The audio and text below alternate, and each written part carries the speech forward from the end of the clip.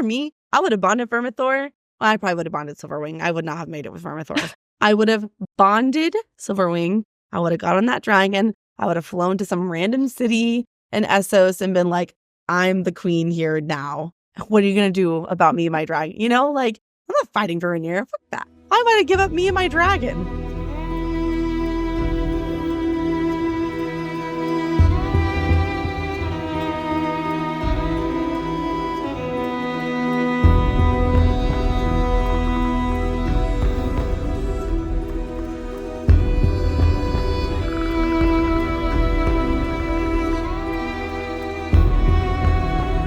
Hi, everyone.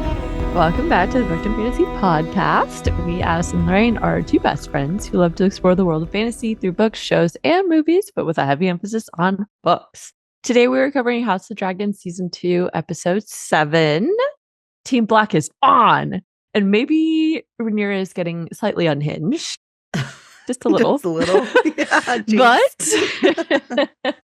in either case, we've got 3 new dragon riders, all with their own unique personalities. And Daemon is finally making some progress thanks to our young and bold liege lord, Oscar Tully. Oh my God, I love that kid. I love him. I know, I do too. Immediate yes. His impressive performance really came out of left field. Because we get that brief scene of him in one of the previous episodes. Yeah. I didn't like him then, but you're kind of like, okay, whatever, you know? But in this scene, I was like, oh my God. He was just fantastic. And he won big time. Yes. So before we get started today, we would like to remind everyone that this is an adult podcast where we will have explicit conversations. Explicit language may be used and triggering events may be discussed, so please adjust accordingly. Housekeeping. If you are enjoying this podcast so far, then the very best way for you to support the show is to subscribe to the podcast and leave us a review or rating. This greatly helps us on podcast platforms so we can grow our community and connect with more of you that enjoy fantasy books and shows. And again, thank you so much to everybody that has taken the time to leave a review. We've gotten just a really wonderful one so far. And even just the ratings are fantastic as well. And we really appreciate it. So thank you all for listening so far. Yes, thank you all so much. And another great way to support the podcast is to tell your friends to listen to the Booked on Fantasy podcast. I get really excited when I log in to check our downloads and just all our stats. And I see that it breaks it down by location, like just like a generic city, state, or country.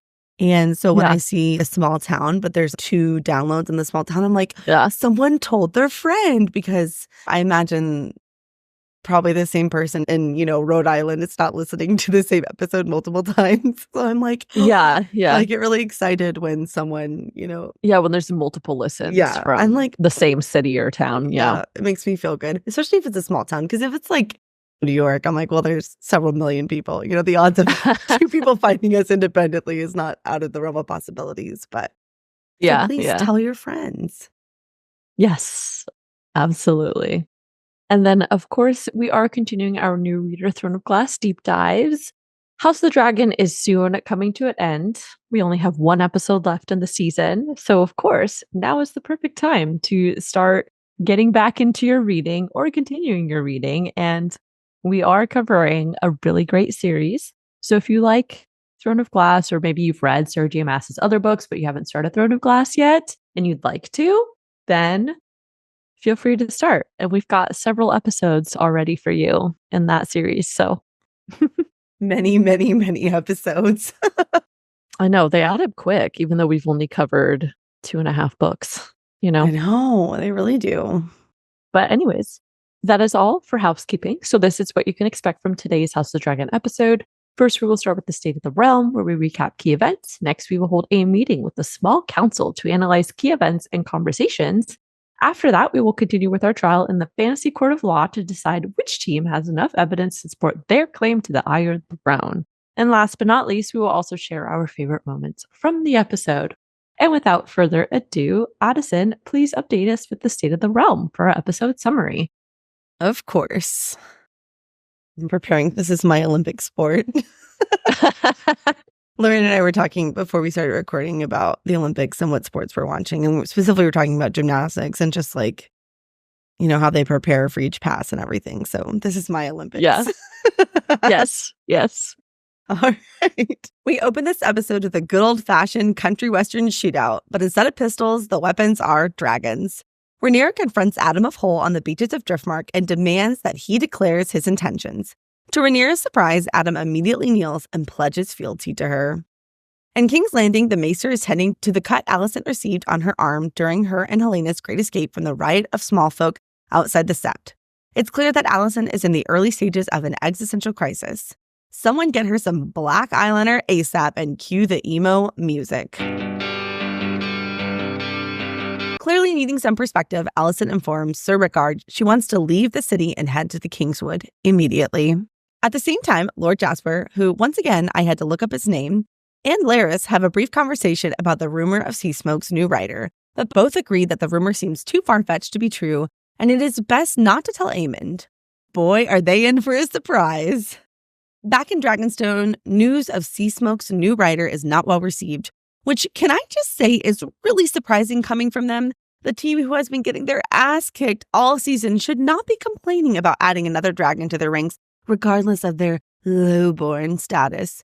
But I digress. Once back at Dragonstone, Rhaenyra just can't quite puzzle out who Adam's parents could be and what blood he has that allowed him to bond a dragon. It is Mysaria who makes the connection. Bastards. No, I'm not calling them bastards. It is quite literally the bastard children of Targaryens that have the potential to claim a dragon. To this, Rhaenyra responds, "Let's raise an army of bastards." And no, I'm not talking about Rhaenyra's children. Okay, forgive me. That was bad, I know. But I mean, come on, it's right there. It's finally time to see what Daemon is up to in Harrenhal. To my shock and delight, it's not another visit from the ghost of Christmas past, but instead a big dose of reality for our favorite Shadow Daddy. Daemon first meets with the newly minted Lord Paramount of the Riverlands and congratulates him on the death of his grandfather. Weird flex, but okay. Yeah.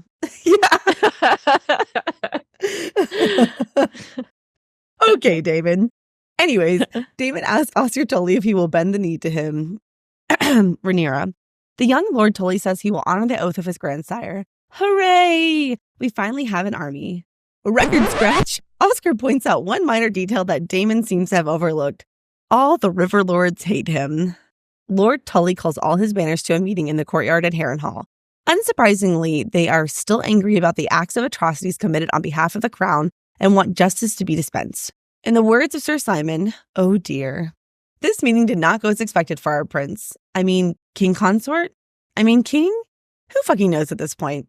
All the River Lords agreed to serve in Rhaenyra's army, but only if justice is dispensed. In a surprising twist, Oscar commands Daemon to dispense justice, and by that I mean behead Sir Willem Blackwood to atone for his crimes. The moment Daemon's sword finds its mark, we're back in the halls of Harrenhal, and there's a goat?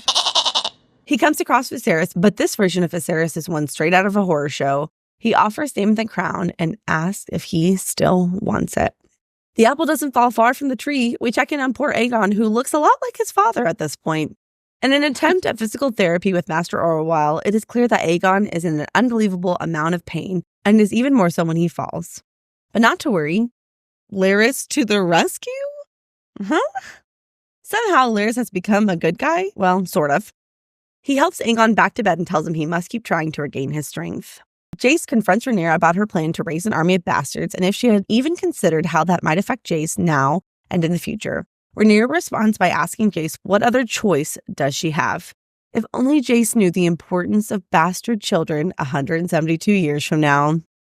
We check in on Alicent, whose existential crisis continues and wades into a lake and stares up at the sky, contemplating her past, present, and future. Operation Dragonseed is a go. Corlys tells Alan to get some ships ready, and Rhaenyra gets a message to Olinda in King's Landing to spread the word. Anyone with silver hair and a death wish should come to Dragonstone. This includes, but is not limited to, Ulf, who basically has to be peer pressured into going, and Hugh, who can't be peer pressured into not. Let the dragon games begin, and may the odds be ever in your favor. Here is how the game went down and who the victors were. After a quick union meeting of the dragon handlers, Rhaenyra gives an awe-inspiring speech about bonding a dragon, that somehow doesn't quite emphasize the death by fire quite enough, because not a single person thinks to themselves, maybe I shouldn't. They follow Rhaenyra and call Vermithor, who is an absolute fucking monster. She gives him a nice little pat and says, well, good luck, everyone. Everyone is understandably a little uneasy, and our first Dragonseed steps up to the plate. Vermithor takes a few seconds to process what's happening, but then puts the pieces together. Rhaenyra has brought him a charcuterie board. I was cackling when I came up with that. I was like, okay. Okay, good. I'm glad. As long as you think it's funny, that's all that matters. Okay. Yeah. Okay. Let me collect myself. Vermithor begins lighting people up and knocking them off the dais. Chaos ensues. People are running and screaming, crying, and burning. In an absolute Chad moment, Hugh approaches Vermithor and screams, "Come on!" which somehow calms him into submission. That or he was just full. Either way, Vermithor has a new rider. Meanwhile, Ulf, who escaped into the tunnels of Dragonmont, somehow also manages to bond Silverwing, but it seems more in a I'm scared shitless and too young to die, please don't eat me kind of way. Silverwing decides to take Ulf on a joyride over King's Landing, which sounds the alarms.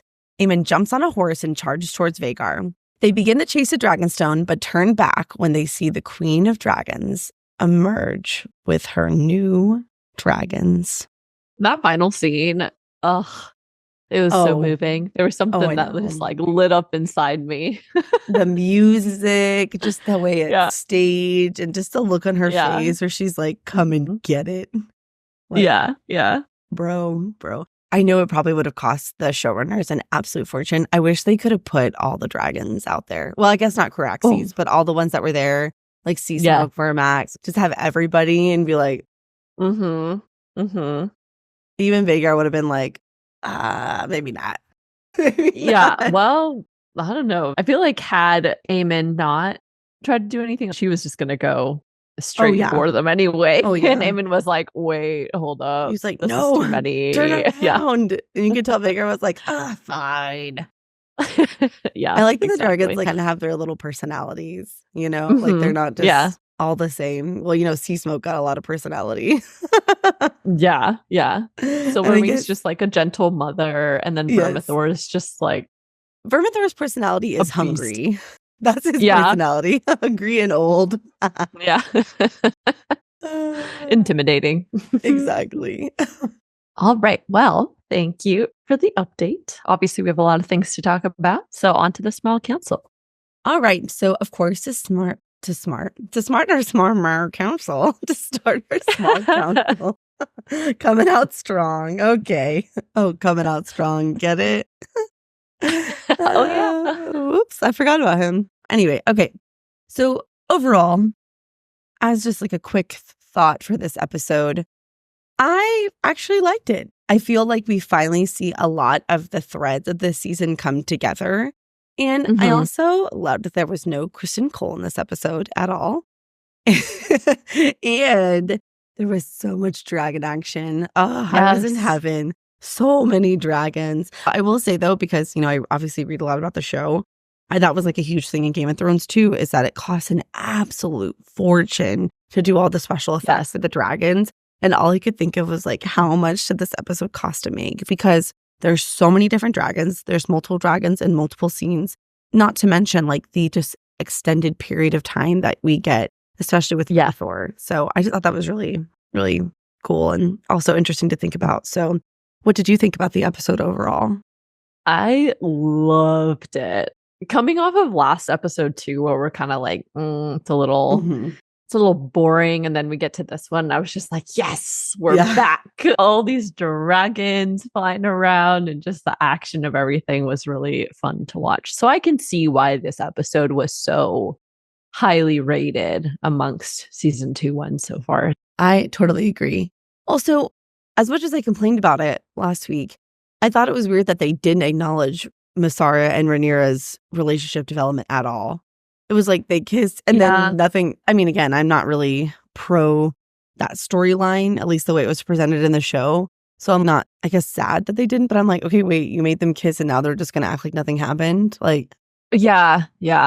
I don't know. Kind of weird. I'm just gonna, ignore it at for this the sake point, of the plot. yeah, if something ends up developing, I'll be like, oh yeah, they kiss, and that's how they started. Right. But if nothing happens, it's just gonna live in the back of my mind, and we're just gonna ignore it. So I mean, honestly, that's probably for the best. Rhaenyra needs to focus on keeping everybody alive and not dying. So that should be her first priority.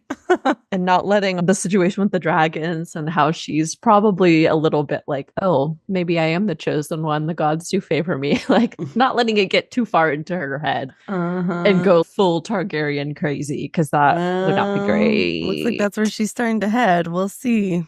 Yeah, we'll see. All right. And then, of course, we have to talk about the tapestry and the title. So for the tapestry, there were no updates as far as I could tell, but I do expect a big update for next week. Obviously, it's the season finale, so it'll be the last tapestry update we get. And it's possible that they'll change the intro for the next season, because they did between season 1 and 2.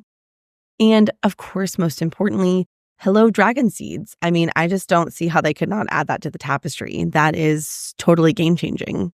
So that's what I expect, but they may not. We'll just have to see. So I hope they don't change the medium for the intro, because I really like the tapestry progression.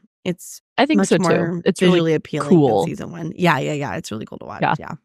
And I like that it progresses with the show, which is cool. And then for the episode title, it is called The Red Sewing. Honestly, I forgot to see if it was displayed on Sunday night. I did watch it, but I forgot to check. I don't know why. This was just, I don't know. I don't think it was. See, it was the week before. See, I'm telling you, the cast is listening to the podcast and they're messing with us.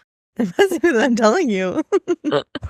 But regardless, so for those of you who just a little vocabulary lesson, because we like to be educated, House of the Dragon watchers, this is the word sewing, sowing, not like when you sew clothes, but in relation to planting. So sowing means to plant a seed. And this is clearly a reference to the dragon seeds. The red part, I think, is in reference to all the bloodshed it took to sow the dragon seeds. So I feel that there's not really a lot more analysis there. It's pretty spot on with the events of the show, because let's be honest, the most important thing that happened is the dragon seeds. Oh, okay. Yeah, I agree with the seed part. Obviously, that part's really straightforward. I thought the red part was referring to the fact that Alinda was wearing a red cloak as she was running around distributing the message about Rhaenyra wanting dragon seeds or the bastards, and calling for Targaryen bastards and everything. And so that's what I thought it was. But that's a good call out. Because I did notice, I actually made a comment to my husband when we were watching that. I was like, her red cloak is a little, it stands out too much. Like, it looks like she's up to something. Right, which possibly is just a directorial choice, so who she is, so she stands out in this scene. But that's very interesting. I feel like that definitely could be a reference to that as well. Yeah Alrighty. Well, now that we've talked about the title, let's get into the actual episode. So we start off with Rhaenyra confronting Adam on the beach, and at first they're just in a standoff looking at each other. Eventually Rhaenyra is like, what do you want? Okay, why are you here? And God bless Adam. He just says, to learn the way of the dragon riders. And then he kneels down and says, and to serve my queen. Ooh. I mean, he was not about to fight her at all. He's just like, I just want to be important to you. I mean, you just have to imagine it from Adam's perspective. He's just a normal Tuesday. He's just walking along the beach, mind his own business. And a dragon literally chases him down and is like, you're going to ride me and you're going to like it. Let's go. And then the queen of the 7 kingdoms with her dragon is like about to, show down. So poor Adam's like, whoa, I'm just here. This dragon found me. Please don't kill me. Yeah, I'll do whatever you want. Yeah. Hands up. So then after that, Rhaenyra starts to approach, and you see both of their dragons size each other up. They're both kind of like, what's the move here? And then honestly, it's just so freaking cool. I can't get over it. Seeing the dragons just like in full visual display like that. And it makes me really bad that we don't have any dragons in real life. But I know. You and my 5-year-old, literally, I would say at least once a day, she's like, Mommy, I just want to be a dragon. And I'm just like, Same. well, honey, like the magic is within you. You just got to find a way because I can't crush your dreams, I'm just like, you have to dig deep. Who knows? Maybe it's possible. I don't want to lie to her and be like, you're never going to be a dragon. Okay. I'm just like, well, we'll just have to keep trying, She's going to be 10 and be like, what the hell, Mom? Why'd you tell me I could become a dragon when I can't? Because I love her. I love her. I know. Spoilers for Christmas. Okay. So if you don't want any spoilers for Christmas, go ahead and skip past the next 30 seconds. Ho, ho, ho. Merry Christmas. Okay. Everybody finds out about Santa Claus at some point. So, Lorraine, there could be people listening. I'm going to have to cut that out. No kids. There's no kids listening to this. Come on now. Hey, you never know. Listen, wait, I'm sorry. What do you mean about Santa? What do you mean? I'm not going to crush your dreams. It's fine. How could you crush my dreams about something that's obviously real? We're just going to move on. I think we see differently on this. I don't know what we can see differently about, but yes, proceed. I guess I was one of those kids. I got so pissed because my brother ruined it for me when I was like, I don't know how old I was. I think I was like 7 or 8 or something. And my brother, I don't know what happened, but I think we were in an argument. He's like, Dad's just the one that gets us presents or something like that, right? And I got so mad. I wrote an angry letter and left it on my dad's desk. Did you really? That's so cute. I was so mad. Really tiny, cute, like 9-year-old Lorraine who's like it's like on a post-it note. This is not like a formal letter. I just like written, I know you're not Santa. No, like oh my God. Also, why do I hate your brother? I hate your brother right now. That was so mean. It was a little mean. I got over it, obviously, eventually, but did you? Yeah, you still sound a little bitter. Crushing my dreams early on. So, anyways. Oh my God, that's so funny. Yeah, anyways. Okay. We digress again. But to get back on track, Rhaenyra says, you kneel quickly for a man suddenly elevated. And Adam says, this dragon came to me, not I to him. And then he continues and basically says, I know how to work and to serve because I've done that shit for House Velaryon. And he says, if the gods call me to greater things, who am I to refuse them? And it's funny because he says that, and then Rhaenyra literally embodies that for the rest of the episode. She's like, you know what? He was so right. The gods did choose me, and I ain't going to deny them. You know what? I didn't think about that, but you're absolutely right. Yeah, pretty much. So after that, Rhaenyra tells him to stand and then asks about his parents. He states his mother was a shipwright and his father is no one of consequence, which I was like, okay. I guess he didn't want to put Corlys in a weird position. Well, it's also in this universe impossible to substantiate paternity. There's no paternity test, right? So fair enough. I mean, he could claim that, I don't know, Aegon the Conqueror was his great-great-great-grandfather. And who can deny it or prove it? Right. I guess. Probably anyways. Because, too, it's obvious he wants Corlys' approval. And outing him would not endear him to Corlys, probably. That's true. Also, I don't think it's as powerful if it comes from Adam and not from Corlys himself to reveal that. Anyways, Rhaenyra then asks about his ancestors and if he had any Targaryen blood. He says, we're not the sort of family to keep annals, Your Grace. After this, Rhaenyra tells him he's done the impossible and thanks him for his service, and then asks him to ride back to Dragonstone with them. Woo! After this, we cut to Alicent, who is getting her cut cleaned by Maester Orwell. She says, all my life I have endeavored to serve both my house and the realm, and somehow none of it matters. We are cast aside or hated. Orwell assures her that she may have a scar, but her cut will heal. And then Alicent just looks over to a mouse that's crawling on the table and states, nothing is clean here. Lorraine, that was a rat, not a mouse. Oh, it was a rat. Oops. It's a big mouse. It's a rat. Do you know the difference between a rat and a mouse? I was looking at it quickly, okay? Girl, you point me out about things, and I was like, you know what? I was right about the dog. I wasn't going to say anything, but I was right about the dog. in I was episode 6. waiting. I was waiting for you to bring that up. Okay, so for those of you that followed in episode 6, right before all hell breaks loose outside the sept, Hugh, he like right before he sees the people running with the food, he comes up to a dog and pets it. And Lauren and I had a little debate where I was like, "Oh, it's Cheese's dog," and she's like, "No, it's not." And I could tell that was simmering under under the surface for Lorraine, and she was like, "I just know it wasn't fucking Cheese's dog. I just know it wasn't." So this girl went back and watched the episode again. Hell yeah, I and did. She said it was like 11 o'clock at night, and she sent me screenshots. She's like, "I told you it wasn't Cheese's dog." I knew And it. She knew it. I may not be right so. about everything, but about dogs, yes, I will be right about dogs. Honestly, that's fair. I should have just trusted you because you're the dog queen.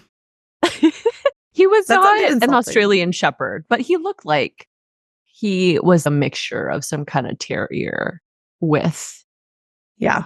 that. But the point being, that dog had a blue eye, okay? And Cheese's dog has brown eyes, and he's all blonde, and this dog was multicolored. So I was like, that's definitely not Cheese's dog. Which now I'm confused because, like, why would you not use Cheese's dog? Just as like a little, I don't know fan either. service. That was kind of weird. Honestly, but I'm not sure. But Lorraine was right. anyways. She knows her dogs, but not the difference between a rat and a mouse. Hey! Guys, Asim bullies me, okay? She's always out here calling me out. That's a big word. That's a big word to throw out, okay? Whoa. I'm sorry. I tolerate many things. I but- will share many messages of love and support that Lorraine and I share. I just That's listen. true. I'm just trying to keep you accountable for the fans because the fans, I want to make sure they know the difference between a rat and a mouse. Are you calling our fans stupid? No, they would be pointing it out to you in their cars as they're listening. They'd be like, "Oh my God, Lorraine doesn't even know the difference between a rat and a mouse." I'm trying to This keep is us so- looking sharp, Right, because we read a lot. but not very well. For those of you on YouTube, I will place a side-by-side photo of a rat and a mouse just so we can know the difference. Then you also have to do Cheese and the not cheese dog. Okay, for you, I will. I will. Just Okay, for you. thank you. Okay, you're welcome. Okay, we can move on now. Okay. So wait, the one thing I want to say about this scene is just that, I guess 2 things actually. So the first is, I noticed that the cut on Alicent's arm is very similar to the one she gave Rhaenyra back in season 1. It's almost in the same placement. So I feel like there's just a nice parallel there.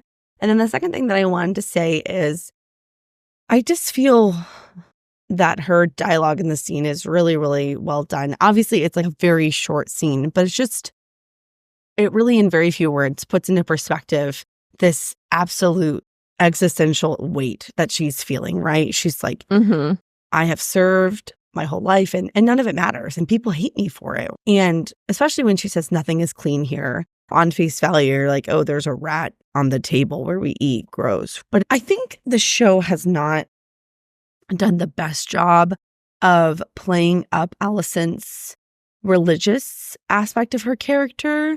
We talked a lot about it in season 1 towards the end when there's that big change in the art and sculptures and stuff, and how she's always wearing the 7-pointed star. And she does go to the sept quite a bit, but that's a much bigger aspect of her character than they're giving her credit for. And I think when you think about Alicent's character in that context, it gives a lot more understanding to the actions of her character. This is kind of a weird place for this note, but I'm just going to throw it in here because there's not really a good place in this episode. So I've been thinking a lot about her and Aemon's relationship because in season 1, it seemed like they actually had a relatively good relationship. Like Aemon seems sort of protective of his mother in a way. And then in season 2, obviously, we've seen a huge departure from that. He fires her from the small council. He basically just kind of dismisses her outright. And I think that this is in large part because Alicent has changed how she treats Aemon. And there's been several scenes with Alicent where she's talking to Cole or whatever, and she's like, well, you know what he is. You know what he is, right? You know what I'm talking about? Yeah. Okay. And it's never been exactly clear, what do you mean? Like, what does that mean? And I did a little digging and I read a lot of discussion threads about Aemon's character. And the best thing that I read that I thought really summed it up is that if you recall back in season 1, I don't know how you could forget this, Aemon is indirectly responsible for the death of Luke. And Luke is his half-brother, right? Half-brother? That's right. Yeah. Yeah. Okay. And in this universe, kinslayer is the ultimate crime. And I believe Rhaenys makes a comment in this season, obviously before her death, to Rhaenyra about how there's no war so cruel and so much of an affront to the gods than that of a war between kin. And so I think that the death of Lucerys really made Alicent, turn away from Aemon because he committed an unforgivable sin. Being a kinslayer is like the worst of the worst. And this is evident with the blood and cheese situation, right? People call Rhaenyra a kinslayer with the death of little Jaehaerys. And so I think that is not explained or displayed very well in the show. But when I came to that conclusion, it gave a lot more insight into Aemon and Alicent and all of those interactions.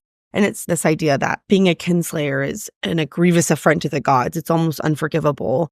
And so it's Alicent trying to navigate that. So when she says nothing is clean here, I think she's talking about not just the physical aspects, but the souls of people in the castle. Aemon's soul, Aegon's soul.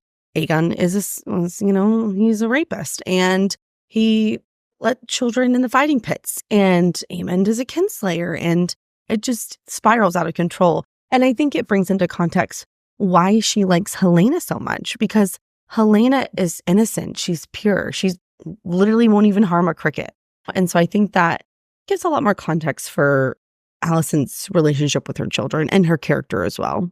Yeah, that's a good call out. I think that's interesting. And I think that aligns well also with why she feels so conflicted about things. Because I think in Alicent's mind, when she was younger, she probably sees herself in Helaena a little bit. And then due to circumstances of politics, living in the Red Keep, and just how she was raised to be and kind of forced to become something that she fundamentally didn't want to be, I think that creates a lot of angst for her internally, because there's a difference between how she wanted to be and how she ended up being in terms of how she lived her life and how things played out for her. So I would agree. I think the statement about the cleanliness of everything is not really about the physical state. It's about the moral implications of how the council, her role there, her children, how everybody has just gone further and further away from what she considers to be morally right, I guess. So yeah. After this, Alicent leaves her room and tells Sir Rickard she wants to go out to the Kingswood. He suggests they get a retinue, but Alicent says no retinue, or anyone else for that matter, except Rickard. He looks a bit confused by this, but turns around and ultimately follows her. So this is where Alicent decides she's going to go on a little yoga retreat, I guess, to just like clear her mind. I don't know. A little spiritual awakening. Yeah. Which I think maybe was good. I think she's been like fired from the council, and she doesn't really know what her purpose in the castle is anymore. She's like, great, well, I'm just gonna peace out. Yeah, pretty much. Do what I want to do. A little what do they call that? Oh, a digital detox. She's just detoxing from her. I was gonna say eat, pray, love. But that's better. I like that. Yeah, a little eat, pray, love. Yeah, absolutely. That's much better. So then, after this, Jasper Wild asks Larys what will happen to some King's Guard. They are outside and they're overlooking the courtyard area. I'm pretty sure that these were Aegon's King's Guard as well. They were his friends that he had appointed, who are just terrible at their job. Yeah, not great anyway. And Larys says the Wall, Prince Regent, is merciful. Jasper goes on to state he's heard rumor of sea smoke with the rider, and then asks for Larys' advice on what to do with this piece of information. Larys is like, look, I mean, it's your info. You can do what you want. And Jasper says, but if you consider it valuable, perhaps you could deliver it and find favor with Aemon yourself. Larys asks who the rider is, but Jasper is unsure and guesses that, maybe it was Lady Rhaenyra. She has wanted for a dragon all her life. But Larys is like, there's no way. This girl tried 2 different times, didn't work out for her. probably not her. Probably and not. then Larys is like, okay, how'd you hear about this information? And Jasper's like, well, I heard it from my squire, who heard it from a stable hand, who heard it from a fisherman, and then the fisherman's shipmate, so it's kind of like telephone at this point. And Larys is like, perhaps this is one of those whispers best left to the wind, which I did think was kind of interesting, because why is this man not all over a rumor like this? Because this is a pretty big thing. Even if they can't confirm who the writer is, I mean, it's significant that Sea Smoke was spotted with somebody on him, right? And I felt like that was kind of weird for Larys not to care about that, because he is the master of whispers, or maybe he is going to keep it and he was just reverse playing Jasper a little bit to get him off the case so that he could investigate more and then use it later. I don't know. But yeah, I thought about this a lot, because I'm like, why would they not just tell Aemond? As you said, even if it's not true, it's still just good to put it out there. So I have two thoughts. The first is that you have to remember what Rhaenyra is doing with the Dragonseeds is absolutely insane. It is unthinkable. The thought has never even crossed anybody's mind that that is possible or reasonable thing to try, right? So it's totally reasonable that Jasper and Larys are having this conversation. They're like, yeah, there's just no way this rumor can be true, right? Because literally, who else could bond it other than Rhaena? There is no other Targaryen child that would be able to bond a dragon. And so I think because when you add that element in, because it's so unbelievable, they're just like, the rumor has to be false. And so then you're like, okay, but why still not tell Aemond? And my only thought is Aemond has obviously shown that he's a little, not cruel, but harsh. I think the idea is if they tell him and it's not true, that he may be angry and there may be a little retribution or punishment, or just like, how dare you give me false, unsubstantiated information, right? Yeah. And I think that's one of those where, because you have to imagine, Larys hears all kinds of gossip and whispers all the time, and only a small fraction of them turn out to be true. And so part of being the master of whispers is using your judgment to discern what is actually pertinent information. And so I think when you think about those two things in conjunction, you're like, yeah, I mean, like, why would you waste his time? Don't waste his time, because there's no way that could possibly be true. But on the other hand, I mean, Aemond literally goes and sees for himself, I guess. Well, and now he's like, oh, fuck, that's true. And I almost wonder if maybe now there's going to be a little bit of, you knew about this and you didn't tell me situation too later down the line. I mean, I guess maybe it doesn't matter at this point, because now there's a bigger threat and it's not just about Sea Smoke. So it's kind of like the Sea Smoke rider point is not important relative to the entire situation, I guess. So, oh, yeah. I would never admit that I heard that. I'd be like, what? Are you serious? I would just be totally shocked and surprised. I would never let anyone know that I had that idea. Yeah, I don't know. Anyways. So after this, we are back at Dragonstone, and Rhaenyra and Adam have arrived. The council is meeting first, and they receive the info that A, Rhaenyra is unharmed, and B, the writer is a, quote, low-born commoner from Corlys's crew of shipworkers. Bartimos, again being fucking annoying, argues that he must have been a thief, and something must be done about him. Oh my God. Okay, that line was so stupid. Do you really think that anyone can steal a dragon? Right. Like, if we're talking about an egg or a baby dragon, okay. Sure. Yeah. Not Sea Smoke, okay? You really think that someone is just going to take their lasso and lasso Sea Smoke and be like, come on, buddy, we're going home. And poke him into compliance. Yes. They're going to get the Dragon Master's stick. I mean, come on. I was like, really? He stole the dragon? Okay. This man needs to be taken off the council, honestly, because he's so fucking dumb. But anyways. The response to Bartimos is that he, referring to Adam, will be remaining as a guest and receive instruction in dragon riding and High Valyrian per Rhaenyra's request. In the background, we see Jace surfing some face and assessing the situation as usual. And then again, Bartimos attempts to get Corlys to make a decision, but Corlys states they will wait for Rhaenyra and see what she says, quote, before passing judgment. And then Jace asks, where's the queen? The councilman says her grace sends word she will not be attending. And Jace looks pretty pissed in the background, I will say. I would imagine it's because, again, he's been left out of things by Rhaenyra. See, I thought that was more of a precursor of the conversation they have later about a lowborn, quote unquote, okay, yeah, taking that's a true. dragon. But probably a little bit of both, I imagine. Yeah. Because also she just takes off on her dragon. She doesn't tell Jace what's going on. Then she comes back and doesn't even bother to show up. She just disappears with Adam, So I could definitely see him being frustrated by being left out, which is not unreasonable. He is quite literally the heir to the Iron Throne. So I feel like he should be involved in a lot of the conversations happening. That's true. I guess on the other side of that, though, Rhaenyra's council has not, at the end of the day, they have not been helpful to her, right? Every time they have a council meeting, they're either shitting on something that she's done, or they're like, go take the dragons and enslave everybody, both of which are just not productive. And I think, as we were talked about last episode, she has officially decided that, look, I'm the queen. I can make these decisions whether you're involved with them or not, and I will. I think this is her kind of doing that, which does, push it. If she continues to do that and just make rash decisions, like the dragon situation obviously worked out for her, fortunately, kind of. I mean, they burned a lot of people, but they did get some riders.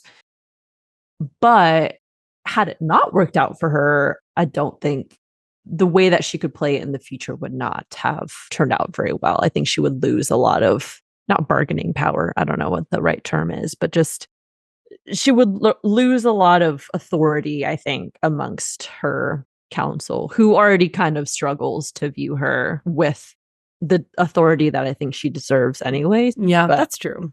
Her council has not endeared themselves to her or made it seem like they actually respect her, which is evident when she slaps Bartimaeus last episode. Yeah. I think it is my fault you have forgotten to fear me, which, yeah.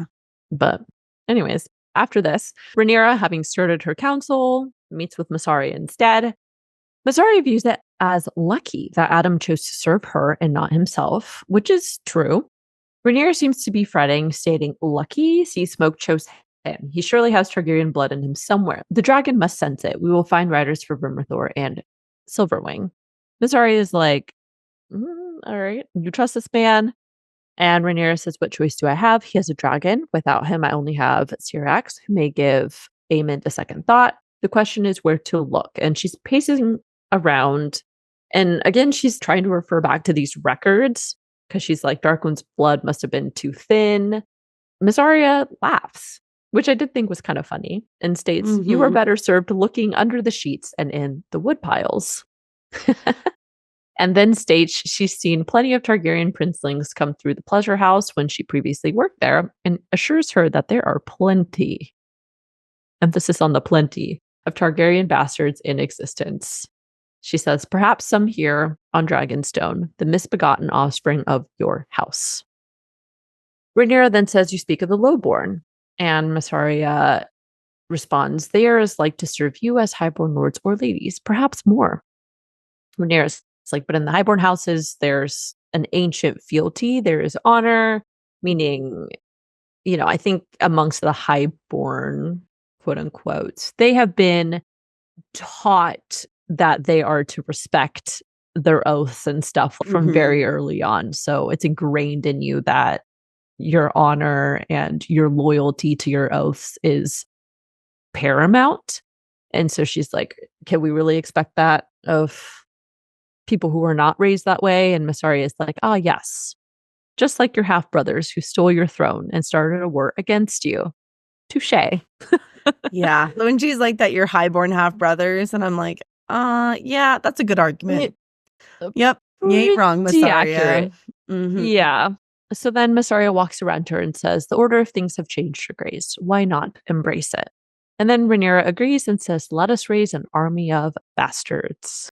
Which is like, great, fantastic, except obviously it's a slippery slope because post-war, it could basically destroy any chance of having this current order of, highborn and royal family lines and stuff like that. Because, I mean, really what Mysaria is doing is democratizing the situation, I guess, and destroying, in a way, this concept of hierarchy, which is great outside of this world. We're like, yes, democracy, fantastic. Dragons for like, all. this is what we want. But in this world, you're like, oh shit. Mm-hmm. That's not Yes. great for them. I have a lot of thoughts about that, but I put them all in the conversation where Jason and Rhaenyra discuss the implications of letting bastards ride dragons. So I'll save it for there. But I have many thoughts about that and how that's going to go. And yeah, we'll talk about when we get there. But also, I was cracking up when she said, let us raise an army of bastards. And I was like, well, go get your kids. Go get your kids. So after this, Adam has been waiting on the side and Corlys comes to meet him. Adam immediately says, hey, but I wish to ask for leave. Can I leave? I don't want to be a part of your ship, right? Yeah, Is it okay? Yeah, I have a dragon now. It'd be funny if Corlys was like, no, get back to work. Yeah. Bring your dragon to work day. Oh my gosh. Can you imagine? You'll fly your dragon with the fleet. Your official role is to protect the fleet. But Corlys cuts him off and actually does grant him his leave. And then he ends up walking closer to Adam. And you almost wonder if he's going to say something a little more heartfelt, but he's just like, well done. Yes. That's all he has to say. I think Ace is really shocked and probably is still processing, and he doesn't know how to proceed, right? Does he acknowledge Adam as a son? Does he, I don't know, let Adam decide? But I think weirdly, in a way, I think Corlys is really proud of Adam because I think so too. One of the core of Corlys's character traits is that like he's a very pull yourself up by your bootstraps kind of guy. You know, he was self-made. You make your own way. And I think that's very important to Corlys. And I think Adam bonding a dragon, even though technically the dragon chose him, but regardless, he's kind of pulled himself up from the low-born ranks and is like, no, I'm a dragon rider now. I think Corlys respects that. Yeah, without having indicated he's Corlys' son or using his name or title in any kind of way, which on the reverse side of you're like, okay, that's really shitty because you are subjected to this, I don't want to say shitty life and speak for Adam, but he was subjected to a life that was much different than what it would have been like had he been acknowledged as a Velaryon truly. I do agree that I think that was Corlys's way of being like, good job, I'm proud of you, nice work. So then after this, we are with Daemon at Harrenhal again. Daemon is chilling on the steps, probably delusional from another one of his visions, but Simon Strong knocks and informs him that Oscar Tully has arrived. Daemon initially meets with Oscar, and he's flippantly offering condolences to him, but then says the crown congratulates you on your ascension to the head of your house and Lord Paramount in the Riverlands. Truly glorious. Well done. And Oscar's like, okay, I didn't do anything, but thanks. You're like, my grandfather died. Thank you, I guess. Yeah. Anyways, Fucking a little Daemon. tone deaf on Daemon's. I know. Got it. He's so unnecessarily antagonistic. But anyways. Yes. After this, Daemon says, nevertheless, you are here, which is the important thing. And Oscar's like, okay, but you dismissed me before. Why do you want me now? And Daemon walks around to him and he's like, time to pick a side. Let's go. What are you doing here? And Oscar, he's got some balls. And he says, it does seem to me that you've made rather a mess here, countenancing barbarities in the queen's name. And Daemon's again like, okay, yeah, whatever, pick a side. And Oscar reaffirms House Tully's original oath to King Viserys and that we recognize the authority of the named heir, Queen Rhaenyra, and your own as her king consort. And then Daemon's, of course, like, oh, okay, fantastic. Let's go to war. But Oscar's like, not so fast. First off, we got to see if the rest of the Riverlands will, quote, heed my authority. And second, they all fucking hate you, Daemon. Which I was like, yep, that's pretty true. And I love Oscar Tully's energy. Honestly, we already talked about this beforehand, but we weren't really sure what he was going to be like. But it seems like he's really stepped into his role here. And he's putting Daemon in his place, which I think is hilarious. And he deserves it. So yeah, it's crazy because I think his character, he's meant to be 14 or 15 maybe. So, I mean, he's really young to ascend the not throne, that's not right, but to be the Lord Paramount of all the Riverlands, right? To lead all the houses. And yeah, he does a surprisingly good job. Daemon, of course, is still just like, okay, whatever. Boo-hoo. I don't need their love. I need their swords, which is Daemon's favorite line. And then Simon interrupts to inform that the rest of the River Lords await. Daemon gives Oscar a look that's basically like, you better get everyone in line or I'm going to behead you. And then they walk off. So in the next scene, we are obviously out in the courtyard and all the lords and the ladies of the Riverlands are waiting for them. Daemon swaggers out and he's like, let us all put old unpleasantness behind us. And then after this, Oscar steps forward to address the River Lords. He's like, hey, everyone, I know I'm not my grandfather, but I hope to be a good replacement. And then Daemon starts talking and essentially threatens all of them with the reminder that they honor traditions and tradition dictates they should swear fealty to Oscar Tully and answer his call. One of the lords says, and what call would that be? Daemon says, in his wisdom, he has pledged his house and yours to me. Lord Piper then steps in to ask why he should follow him when A, he's a child, and B, he aligned himself with someone like Daemon, who again, as we know, instigated atrocities among innocent people. And then next, Blackwood steps up and he says that he's brought the traitor, Amos Bracken, and his son. But Lord Piper is basically like, but you're a traitor too, bitch. And he's not having any of it. After that, Oscar makes a pretty compelling statement agreeing that he is young and hates Daemon for what he's done so far, but states he will default to the original oath to his grandfather and swearing allegiance to Rhaenyra and by association Daemon, quote, no matter how loathsome I may find our representative, the prince. Very spicy of Oscar. Daemon is, of course, pissed and corrects him with king. Mind your tongue, boy. But that's not relevant to Oscar. And he walks himself right up to Daemon and is like, do you want our swords or not? And Daemon doesn't have much to say other than that he's right. And he's like, but don't allow my failings to keep you from supporting an upright man. There's a small argument that breaks out and Wilhelm steps forward to state justice has been served since, he brought the Brackens and such.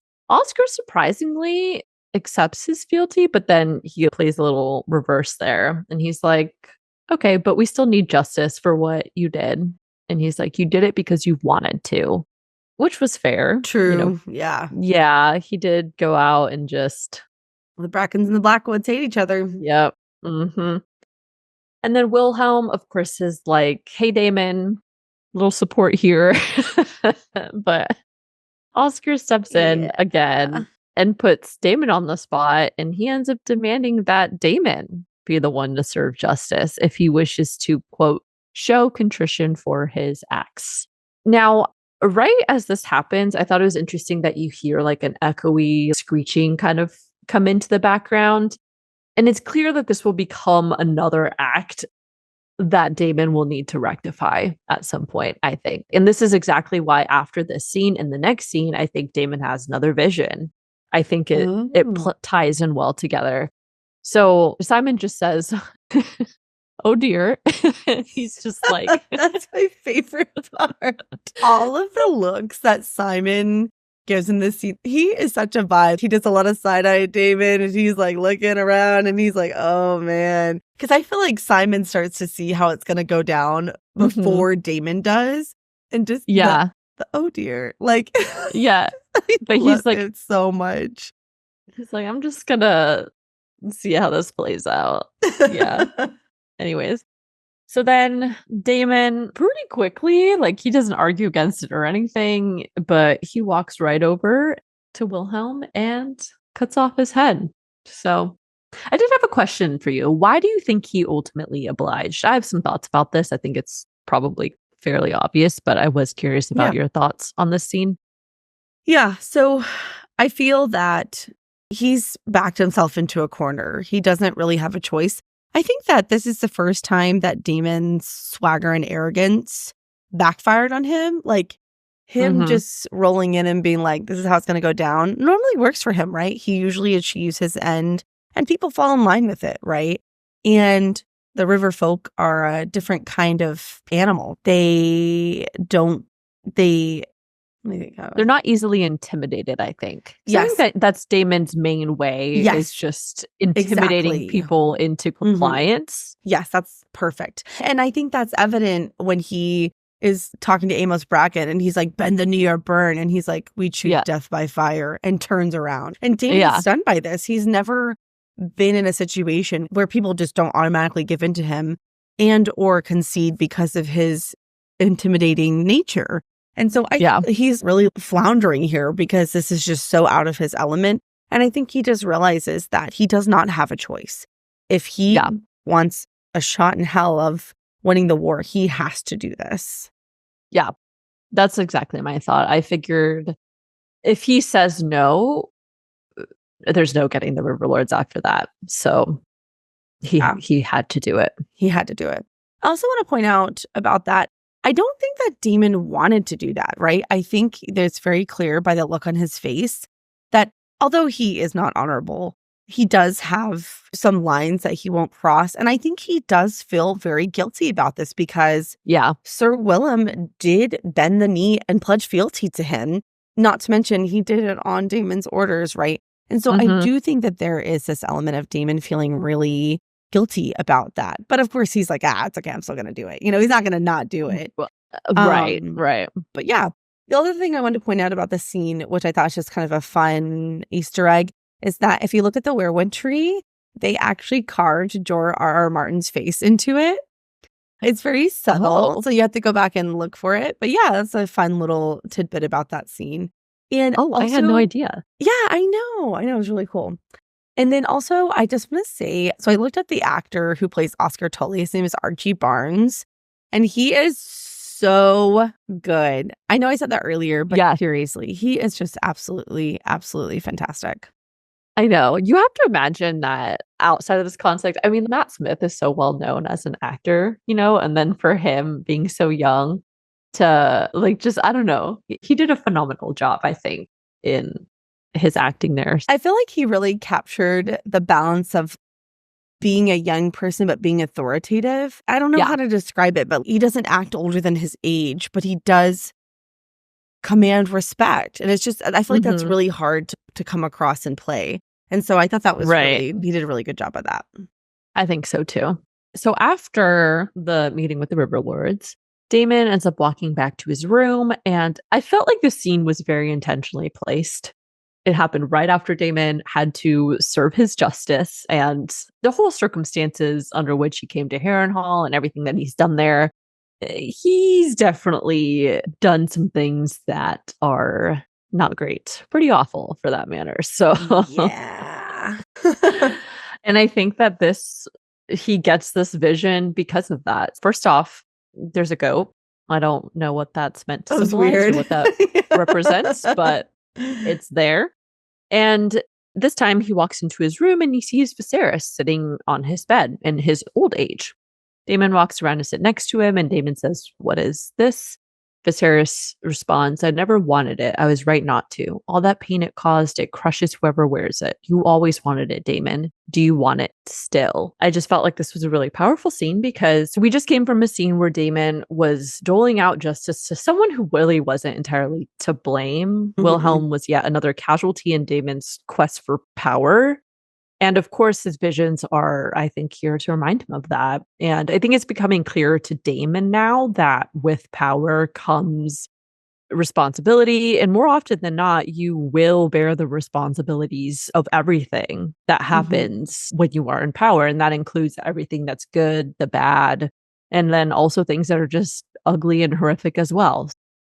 Yeah, I really, really liked this scene. I know I complain a lot about the Ghostbusters at Harrenhal and it gets a little old, but I thought this one was done particularly well. And I think it speaks to a broader theme of Daemon's experience at Harrenhal. And I know we talked about this last week with Alice's scene where she's talking about the crown and she's like, it's not a prize to be won, but a burden to bear.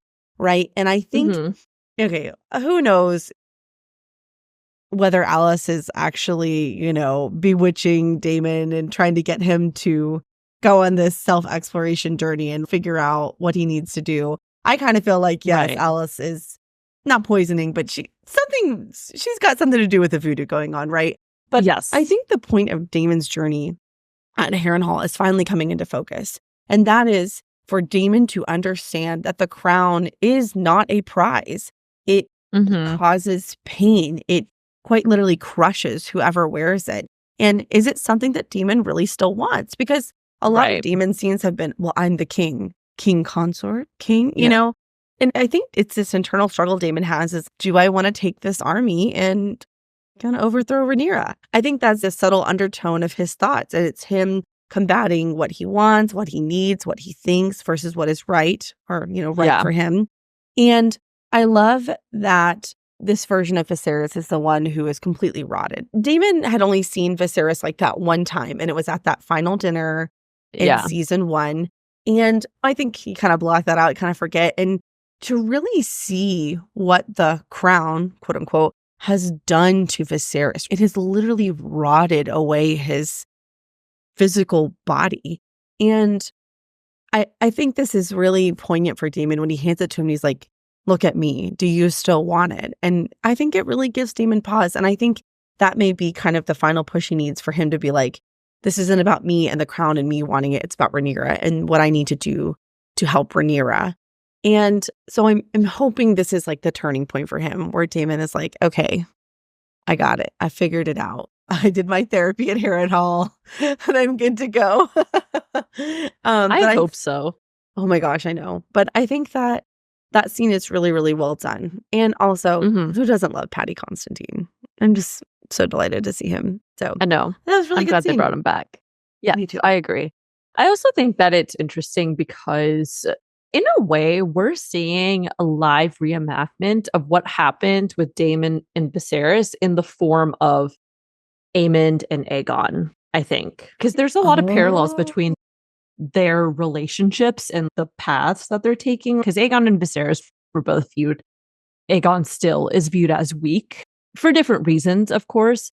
But then they both have younger brothers who feel like they should have gotten the crown. Their brothers embody more of a morally gray, very calculated, and again, like Intimidating, different styles of the way that they go about doing things. But regardless, their goal is the same, right? Which is to kind of gain power for themselves. And so it's interesting to see how Daemon works through it now, and then to see the real-time relationship between two brothers in a similar situation play out for us as well. Because we didn't really get to see a ton of Daemon and Viserys's relationship growing up, right? In the same way that we have seen Aemond and Aegon's. Yeah, that's a really good parallel. Honestly, when you say that seems so obvious, I'm like, oh my gosh, duh. But I hadn't thought about it till you said it. So that's a really good call out. See, you're right about that. See? Good job. Anyways, after this, we are back at King's Landing. Aegon is essentially undergoing some rehab with Maester Orwyle. He attempts to walk, but falls, and he starts yelling out in pain, and he's like, I can't. And it was hard to watch. It was. This scene was really heartbreaking. And props to I forgot. Oh my gosh, I keep forgetting all the actors' names now. Tom Glyn Carey. Yes, props to him because he did a great job. I mean, I really was like, he's in pain. Stop! You're hurting him. You know. I know. Like, oh my god, when he falls, I wanted to cry. I was just like, because see, it's not just the burns and stuff. You have to remember he broke his leg, and so I don't know how long it's been since the events of Rick's Rest, but I'm like, should he be putting weight on that? I'm not sure. I don't know. I don't know either. If anything, he's probably been sitting for quite a while, and your muscles just start to atrophy. Yeah, atrophy a little bit too when you're inactive for a while. So yeah, I don't imagine it feels good at all. Larys comes in stating, you really shouldn't be doing that alone, Maester. Then him and Orwyle walk Aegon back to bed. Larys says, your progress is impressive, but I'm afraid you must work harder. Your strength will return. There are adjustments to the gate and so forth that you will learn now that you are as you are. And Aegon is just laying there, and he's like shaking, and he's clearly in a lot of pain. But Larys walks off and tells Orwyle to be more cautious Orwell pushes back, stating Aegon should be resting, but he's pushed his recovery at Larys' request. Larys is just like, have him try again in a few hours. And Orwell responds, he is spent. And Larys' final words are, it will be long before he may rest again. I think we've talked about this a lot, but I think Larys is really wanting Aegon to recover and take back his throne, mostly because of his own interests, I think, and knowing that he has a relationship with Aegon and that he's able to manipulate Aegon. But like we talked about, I think there is a little bit of an underlying sympathy or an empathy for him, I guess is probably the better term, because he can relate to Aegon's experience currently. You know, as I'm thinking about it, I'm thinking about brothers now. And when you think about it, I feel like there's a lot of parallels between Aegon and Aemond and Harwin and Larys, at least as they are now, maybe not initially. But I think Larys sees a lot of himself in Aegon because of his injuries and how it will affect him permanently. And I think there's a decent amount of parallels between Harwin and Aemond. I think Harwin probably bullied Larys. I don't think they had a good relationship. I don't think he was kind to his brother, as Aemond is not kind to Aegon. And I think Larys probably has the most insight into the dynamic of the relationship. I would imagine he doesn't know all the events that transpired, but I bet he has an inkling of just like a hint of what happened between them at Rook's Rest. And so I think there's a little bit more empathy past the physical deformity, but this idea of a brother bullying you and using their power and not treating you kindly because you're different. And so I think that may play into Larys's response to Aegon too, because he seems to be really Team Aegon right now. It has been interesting to see Aegon and Aemond's relationship change too. Because, I mean, it's been a total reversal in power, you know? Aegon used to be the older one who bullied Aemond, and now Aemond's like, not so fast, bro. I will quite literally kill you if you try to take away my power now. Quite literally. I don't know. It's wild, but families, just some nice family drama, you know? So after the scene with Aegon and Larys, we are briefly back at Driftmark, where Alan and the crew are loading the ship. Corlys comes to task Alan with chartering fishing vessels that will go to King's Landing, and he says, pay whatever they demand, but ensure their captains are dependable, put trusted swords aboard. And then goes on to state he will be given a message to deliver to someone only Rhaenyra will name. Alan's like, all right. And then Corlys steps closer and informs him that the new dragon rider is Adam, and says, our people are of old Valyria, but we are no dragon lords. I confess I knew little of your mother's heritage, if it is something in the blood. And then he kind of trails off as if to imply perhaps Alan could become a dragon rider as well, maybe. But Alan responds, my brother was ever restless, yearning for some sign of his worth. I'm of salt and sea. I yearn for nothing else. And Corlys doesn't really say anything to that. He just kind of nods. Yeah, so I think the scene is intentional in that obviously we learn who Hugh's mother is and that she's a Targaryen princess. We have an idea of who Ulf's parents are. So there's a clear direct link to the Targaryens. But Adam is an outlier here. It's not immediately obvious to us how he's able to bond a dragon. And this becomes especially complicated when Corlys himself is like, our people are not dragon lords. Like, it's not from being a Velaryon. So I did a little research about Adam and Alan and trying to figure out how Adam was able to claim a dragon. So I looked up his mother. As far as I could tell, his mother was not a Targaryen in any way. So I think the best explanation that I was able to come up with, and I don't think it's truly ever known, but based on what I was able to find, is that over the centuries, Targaryens and Velaryons married and had children. Like, there's a lot of crossing of their bloods. And you have to remember the Velaryons are from Old Valyria.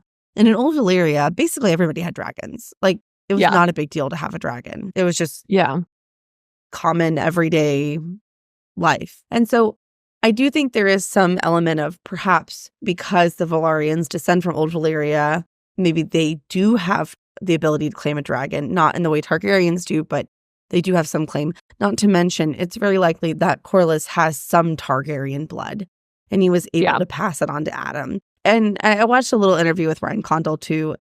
I think his idea in this whole episode and really the whole show is that we don't want to get too deep into why dragons choose the writers that they do. That it's just that the dragons are sort of mysterious in a lot of ways, and we don't really know a lot about them and why they make the choices they make. And I think this is evident in Hugh and Ulf's scene. Two very different approaches to bonding a dragon, right? Had Ulf approached Vermithor, he would have been flamed, right? Had Hugh approached Silverwing, probably would have been flamed. And we'll talk about it when we get there. But I think it speaks to this idea that the dragons are ancient godlike creatures, and we really can't speak to their decisions, and we just don't know. But I did want to know or have some, I guess, theory on why Adam specifically was able to bond. See, I was always under the impression that it was because both Velaryons and Targaryens descended from old Valyria. From my brief Googling that I've done about this, that seemed to be the primary thing that would always come up. But it would definitely make sense that there's a lot of mixing and likely a stronger... If it's really about Targaryen blood specifically, then it would make sense, I guess, with the Velaryons. Because like you said, there's been a lot of intermarriage between houses and mixing of blood consistently throughout the line at various times. So it wouldn't be that their blood had necessarily thinned to the same degree as like Sir Darklands had, for example. I did think it was interesting, though, that Alan's response is, I am of salt and sea. And I wonder if there will be steps made in the future where maybe Corlys will formally recognize Alan and maybe end up making Alan his heir to Driftmark. Because it's pretty clear that Adam has, at this point, he's gone the Bela and Rhaenyra route, right? He's like, no, we're going to become dragon riders. But Alan is hesitant. He doesn't really seem to have a lot of interest in necessarily riding a dragon or anything. Yeah, I thought about that. I don't know. I feel like that's a big deal to name one of your bastard children heir to Driftmark. But we also don't know how Corlys' story ends. Does he die during the war? And then is it a free-for-all and Corlys and Adam are able to prove their relation? I don't know. Right. It's definitely an interesting thought. I'm curious to see how that's going to play out in season 3 and 4. I don't think we're going to get any kind of hint or resolution, in the finale, but there's definitely something to keep an eye on for sure. After this, we are briefly in the Vale. Rhaena and the children are leaving to head to Pentos, and Rhaena looks back at Lady Erin, who has nothing to say to them. She just watches them, and then she turns around and shuts that gate on them. She's like, bye. Bye. No, peace. Take you and your shitty baby dragons out of here. Oh, I know. The dragon. As the gates close, the rest of the group is walking off, and Rhaena decides to go take a little detour. So she goes running back into the hills, exactly where she had originally found those charred animal remains and just like that huge area of charred grounds with the dragon. I have a question/complaint about this. I'm confused what exactly her plan is here. Obviously, she's going to go try and bond the dragon. But they're going to notice that she's missing pretty quickly. Not to mention, she's supposed to look over Aegon and Viserys. So I'm a little confused, like, I guess how that's going to play out. I thought that was just kind of odd. I'm like, unless you're going to get the dragon in the next 5 minutes and then fly him along with Viserys and Aegon, are you just totally abandoning them? Are we never going to see Aegon and Viserys again? Are they going to Pentos? Who's going to take care of them? I don't know. I got really fixated on this. I thought it was kind of weird. Yeah, the timing is kind of weird because you really do need to do it pretty quickly. Maybe she's just going to like abandon them. Like she's going to stay back and just hope to the gods or something that she does get a dragon so she can fly and meet them. I don't know. I don't know either. That was a little bit of a weird situation, but we have another short scene after this. Alicent is riding in the Kingswood. She comes back to this little campsite that they've set up, and she says to Sir Rickard, I will retire now, Sir Rickard, and walks to her tent. Rickard asks when she will go back to the city, but Alicent just says, I'm not certain I do. And then she's like, good night. I don't really know what her plan is. At first, I was thinking she was doing this because she just was not doing well mentally, which I think is part of it. But honestly, I wonder, almost kind of feel like maybe it's her just not giving a fuck anymore. And she's like, you know what? I'm just going to go do what I want to do now. See, Almost in a way of self-liberation or something. She's like, all right, if you don't want me, well, you won't have me kind of situation. And she just pieces out. Oh, see, I thought that she's suicidal. I thought she was coming out here to really decide what to do. Do I end it? Do I go back? Do I leave? It would not surprise me to hear that suicide crossed her mind. It seems like yeah. Anyway. So yeah. I wasn't sure. But then she kind of looks like she's at peace when she goes. Because I thought she was going to try something when she goes into the water. But then she just kind of floats there. And honestly, she looks like she's kind of at peace almost. And so then I was like, maybe, I don't know. In either case, she's there to sort out some feelings that she has. In what regard, it's a little unclear. But for now, she's staying far, far away from King's Landing. So in the next scene, we have a conversation between Jace and Rhaenyra. Jace is pissed that a, quote, lowborn had bonded a dragon and asks if it was Mysaria's idea. He kind of starts going off, calling the lowborns mongrels, and he turns around and starts to walk off when Rhaenyra stops him. She says, think what is at stake? And Jace responds, I know well what is at stake. House Targaryen is the blood of the dragon. If any man may lay claim to it, what are we then? Rhaenyra's like, well, the rightful rulers of the Seven Kingdoms. Jace is like, yes, but what if one of these bastards decides that they want to rule? Did the conqueror's dream foretell that? And he's being a little spicy in this scene for sure. Yeah, not a little, quite a lot. You know, Rhaenyra's whole thing is like, she's the queen of the people. You know, she supports the small folk. And I was really surprised to see Jace display so much highborn exceptionalism. He's like, well, they're beneath us. And I'm like, you know, why is everyone but Aegon shitting on the small folk? Rhaenyra, what they want is of no consequence. Aemond, like, who cares about that? When Aegon's over here like, we cannot win without the small folk. So it's like, I was surprised to hear that from Jace. But I think, honestly, it's not really the highborn, lowborn thing. It's about Jace's identity crisis.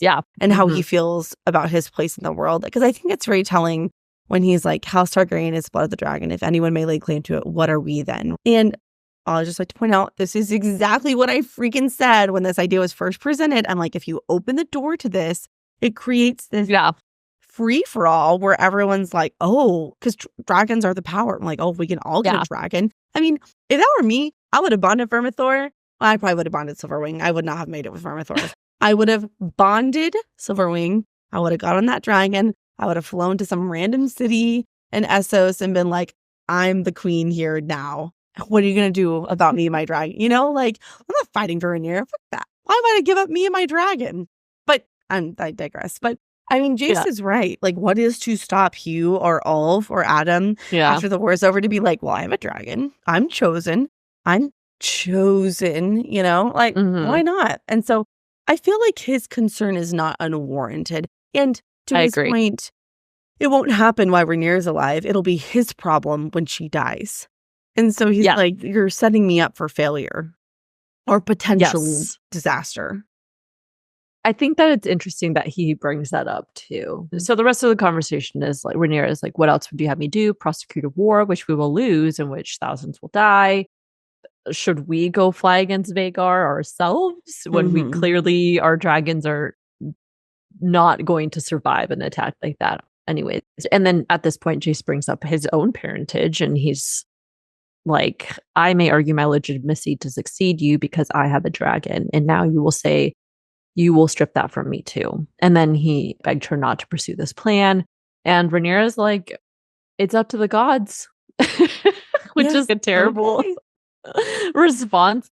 But I think my whole thing was that, I mean, technically this was Jace's idea in the first place. Granted, well, highborn. He was thinking, exactly. He thought this was just going to be limited to anybody who was highborn.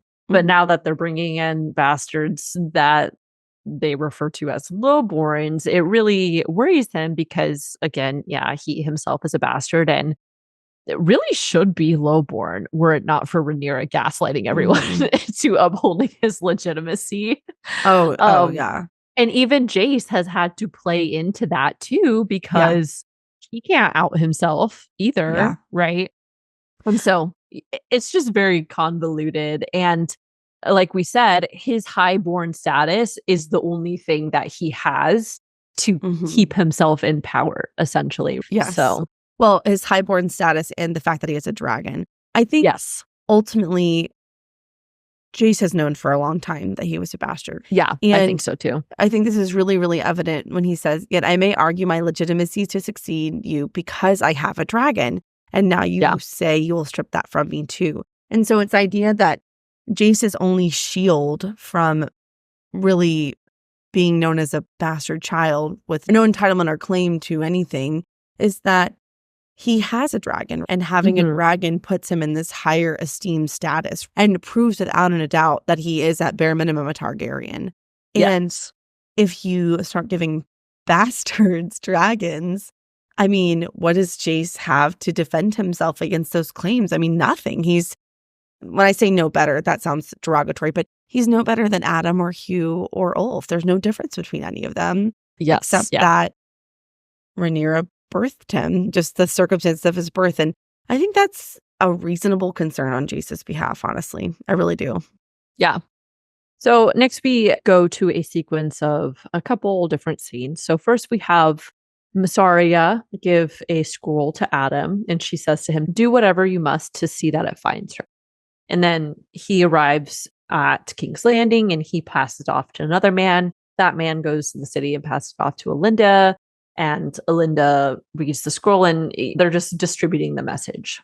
Next, we cut to a scene with Ulf. He is sitting at a table in the tavern with some of his friends, and one of the guys comes in and he's like, hey, Rhaenyra's looking for Targaryen bastards to go to Dragonstone. Boat leaves tonight. Nudge, nudge. Ulf, go get it. And everybody's so excited for Ulf. The guy's like, 7 hells, Ulf, this is it.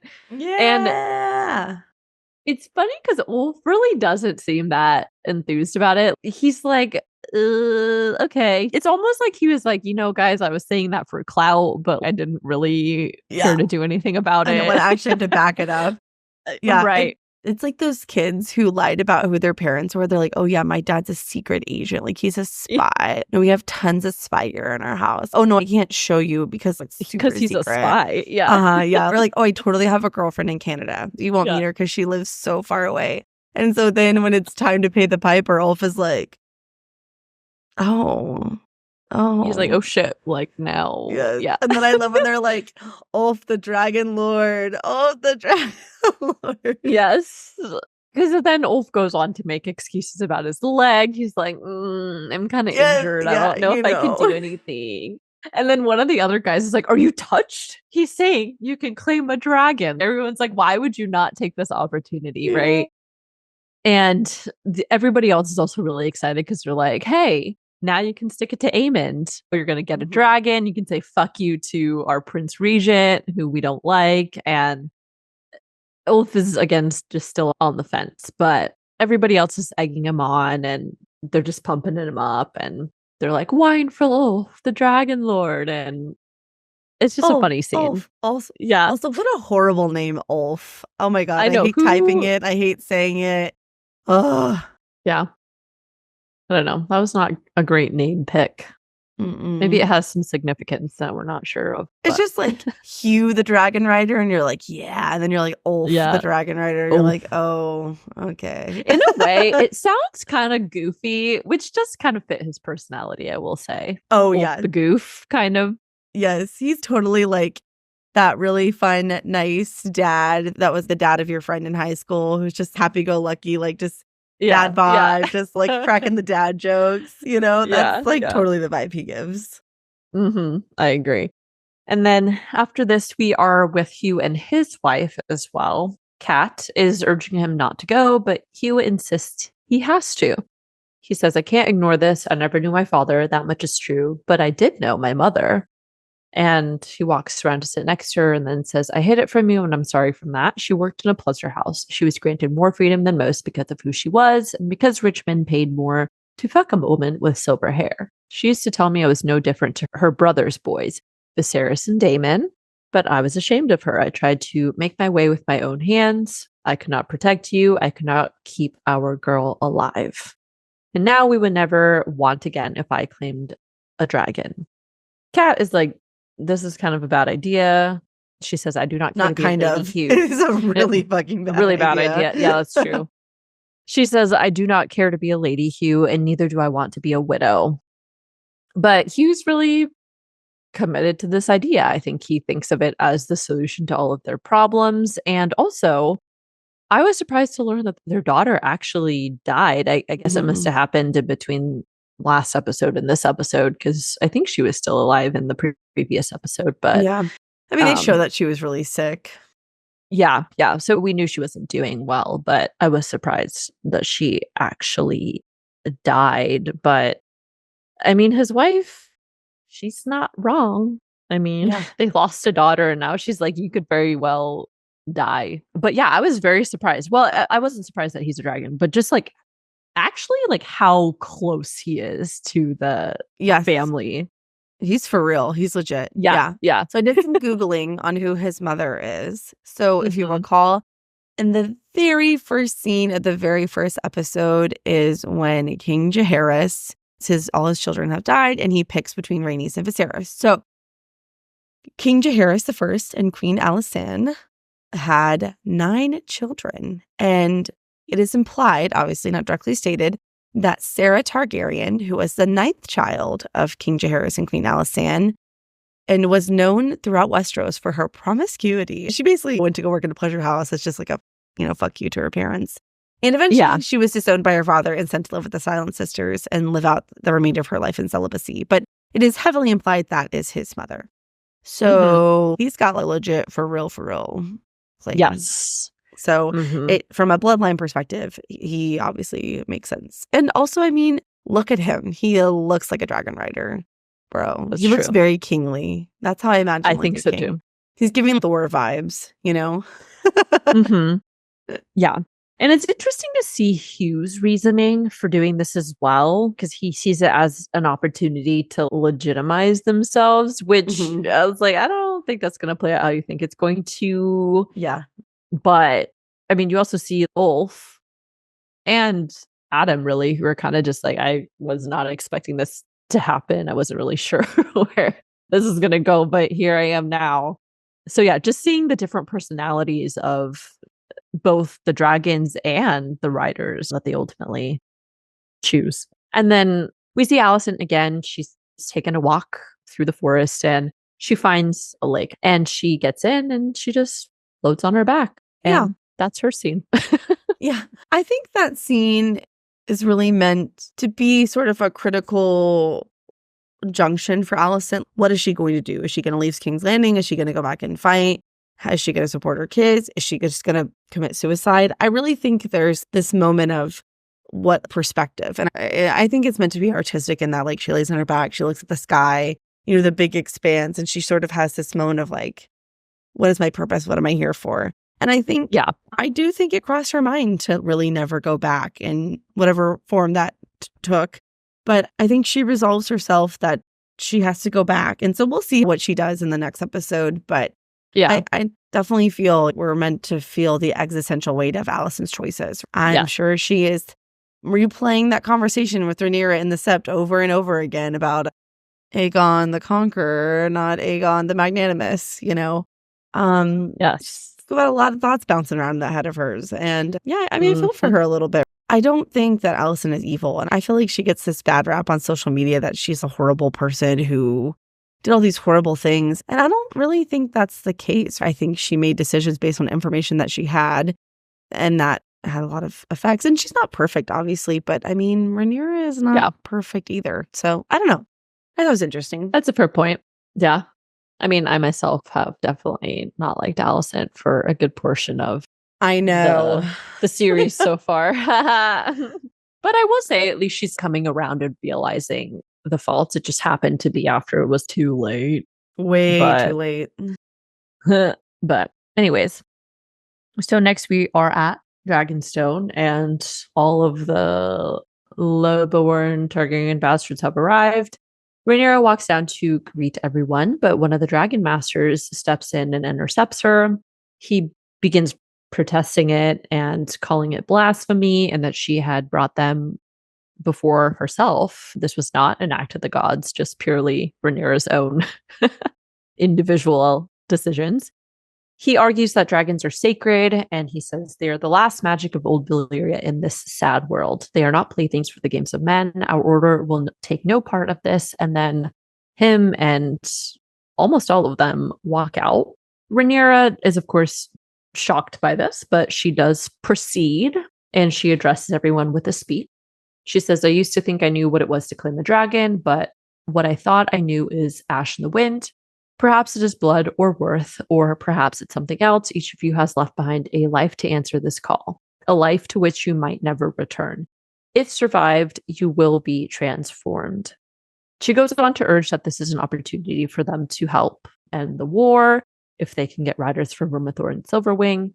She also gives them information about both the dragons. They're going to start with Vermithor, and she's like, all right, let's go. May the gods bless you, which this was not a sufficient warning whatsoever. She really downplayed the severity of the situation to them. Bro. You know, it was really giving Lord Farquaad vibes from Shrek. Some of you may die. You know, it's like...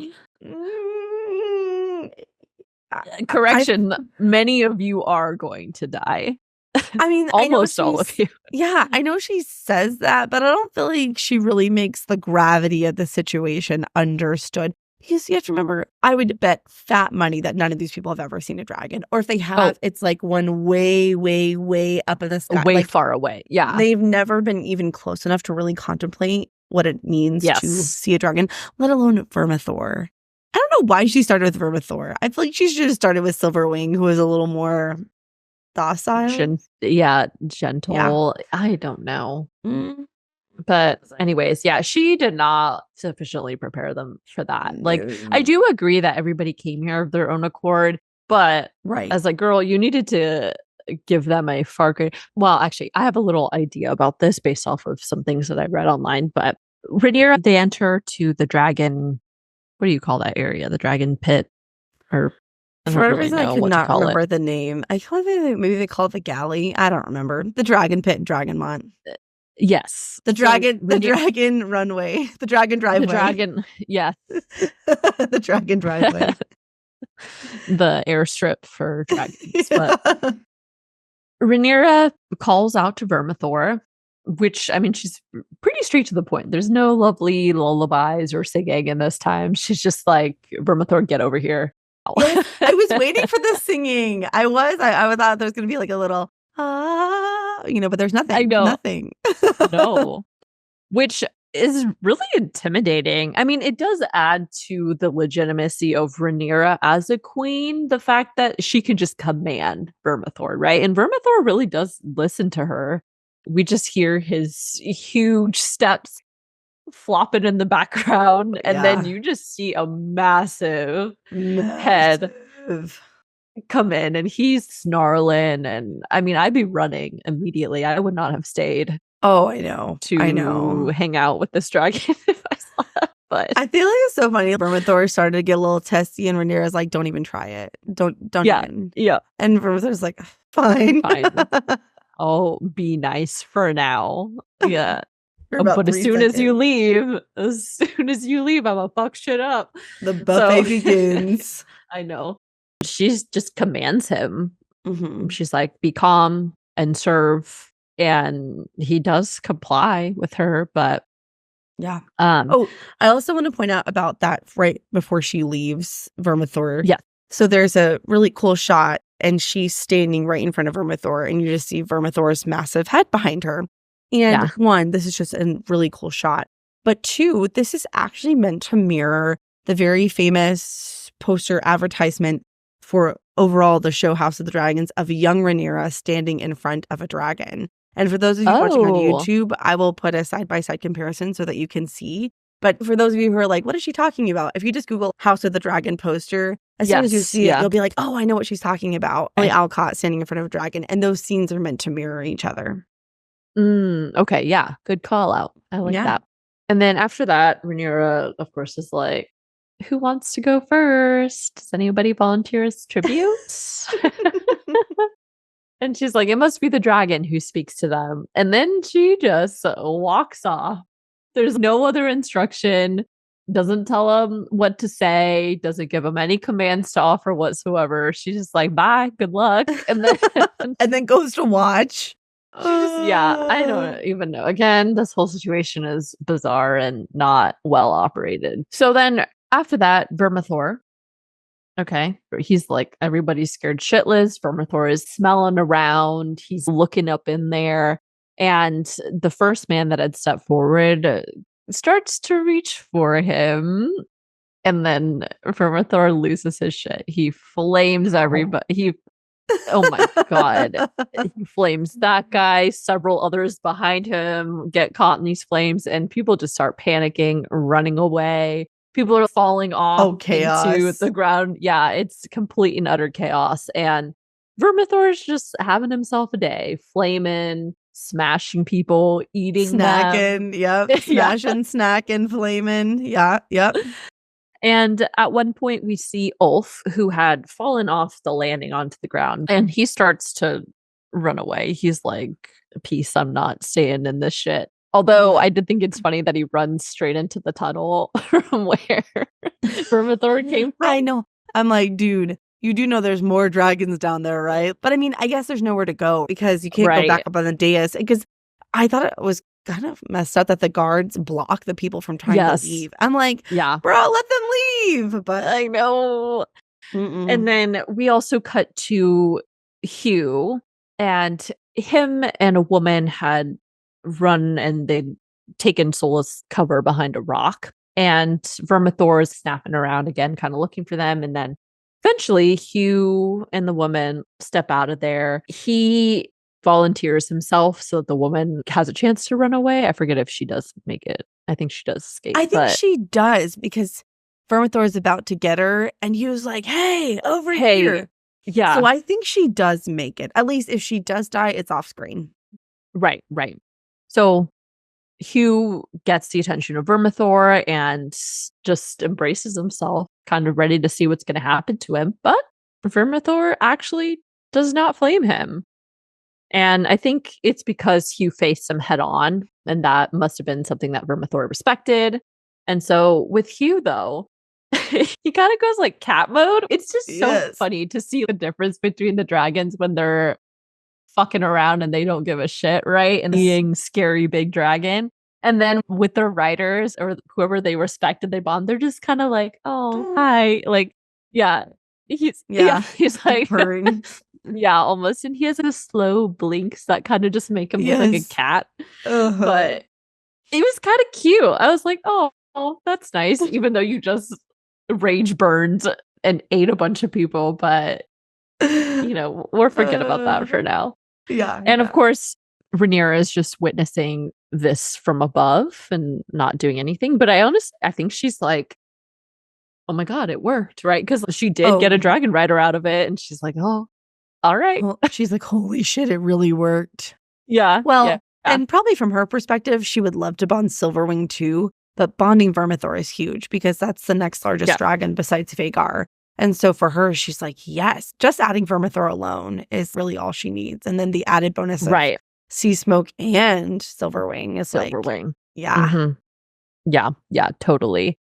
Okay, so this is my thought. I had seen some Reddit posts and other things, and somebody had brought up a point where they said, this is not confirmed or anything, obviously, by the show, but they felt like Rhaenyra bringing everybody in and blocking off the exits was actually kind of intentional, because if they didn't bond them, and Vermithor obviously flamed a bunch of them, then she kind of gets rid of the potential for those people to come back later and attempt to bond everything. So she's kind of, in a way, is killing two birds with one stone. She's getting her riders and then getting rid of the rest of the people. Killing two dragons with one flame, Right. So Yeah, you're right, because you're eliminating other competition. Because you have to remember there are eggs that haven't hatched. So you introduce the idea, but then eliminate all the competition. And not to mention, because it goes so poorly, it probably will scare other people away from trying to do it. Yeah, despite its success. Yeah, that's headcanon for me now. I agree. So yeah. I do think she's still going to need to do some political damage control and make sure that she can really keep Adam, Hugh, and Ulf in compliance and in service to her and the royal family, obviously, and then make sure not to disturb that. But that is to the point about killing off any potential competition for the future. It does kind of perhaps eliminate a little bit of maybe Jace's fears, and in a way maybe, well, actually I'm not going to say it entirely eliminates the possibility of an uprising against her from them, but for now I think it significantly probably dissuades anybody else from trying to do something. Oh yeah. So next, we are back with Ulf. Remember, he had gone running into the tunnels. And eventually, he stumbles into the sleeping cavern area. Yeah, the cavern where they're sleeping.